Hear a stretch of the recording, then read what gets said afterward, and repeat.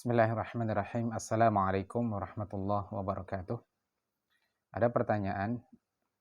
Yang pertama, apakah orang yang di dalam penjara berhak untuk mendapatkan zakat?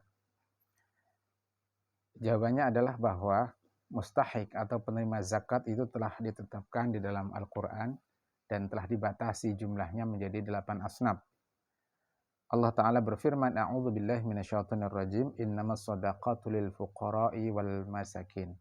Hanyalah sedekah itu, maksudnya adalah zakat, adalah untuk orang-orang fakir dan orang-orang miskin. Wal amilina 'alaiha, kemudian yang ketiga untuk para amil, yakni orang yang diangkat, ditunjuk, di-SK-kan oleh negara untuk mengumpulkan dan mendistribusikan harta zakat.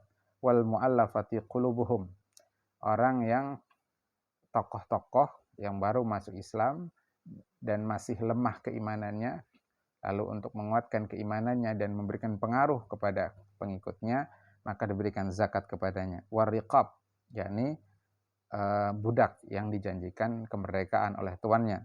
Wal gharimin, kemudian selanjutnya adalah orang yang terhutang. Wa fi sabilillah, yakni orang yang al-ghazi fi sabilillah, itu menurut pendapat dalam mazhab Syafi'i dan jumhurul ulama. Dan yang terakhir adalah wabnis sabil, orang yang safar dan kehabisan biaya untuk pulang ke negerinya. Faridatan minallahi wallahu alimun hakim. Itulah kefarduan dari Allah Subhanahu wa taala dan Allah Maha mengetahui lagi Maha bijaksana. Nah, terkait dengan orang yang ada di dalam penjara, dalam nas ini tidak disebutkan secara sharih. Maka kita bisa kategorikan dia menerima zakat atau tidak tergantung dari apakah dia memenuhi satu atau beberapa kriteria dari 8 kategori orang yang berhak menerima zakat tadi. Misalkan ada orang yang di penjara dan dia itu fakir, miskin, atau dia gharim, maka tentu dia berhak untuk menerima harta zakat. Namun jika dia orang yang kaya, bukan fakir, bukan miskin, terhutang juga tidak, atau terhutang tapi tidak memenuhi kriteria terhutang, maka dia tidak berhak untuk menerima zakat. Maka saudara penanya atau saudari penanya bisa meneliti, mengkaji apakah orang di penjara tersebut terkategori fakirkah, miskinkah, terhutangkah, dan lain sebagainya tadi. Kemudian pertanyaan kedua, gharimin seperti apa yang termasuk dalam kriteria penerima zakat?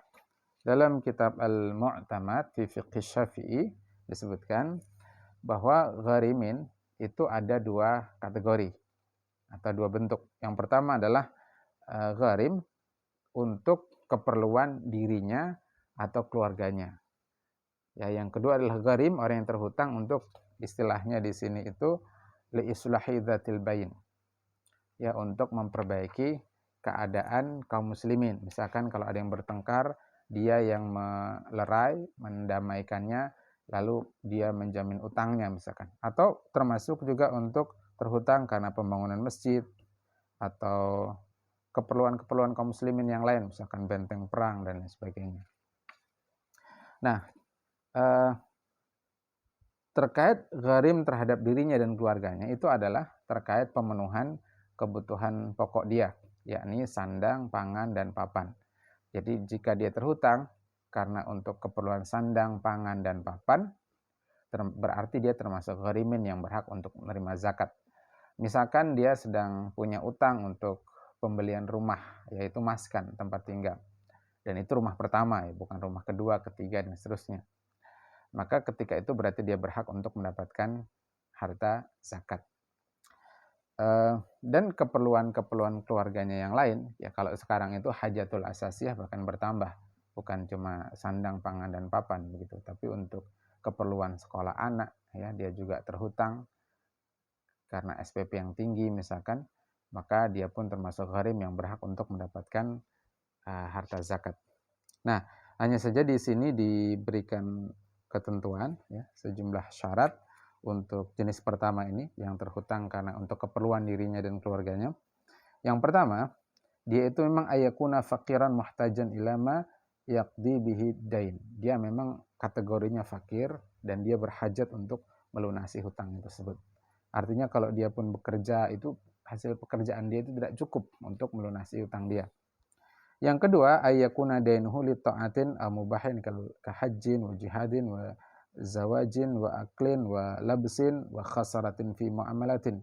Jadi utang dia itu karena sesuatu yang berkaitan dengan ketaatan kepada Allah atau perkara yang mubah seperti haji. Haji itu wajib misalkan dia lalu terhutang. Nah, dia berhak untuk mendapatkan harta zakat, atau untuk berangkat berjihad dia berhutang, atau untuk menikah. Nah, untuk para pemuda yang tidak sanggup bayar uang panai atau jujuran misalkan, lalu dia berhutang, atau untuk makan, pakaian, atau ada kerugian dalam muamalah.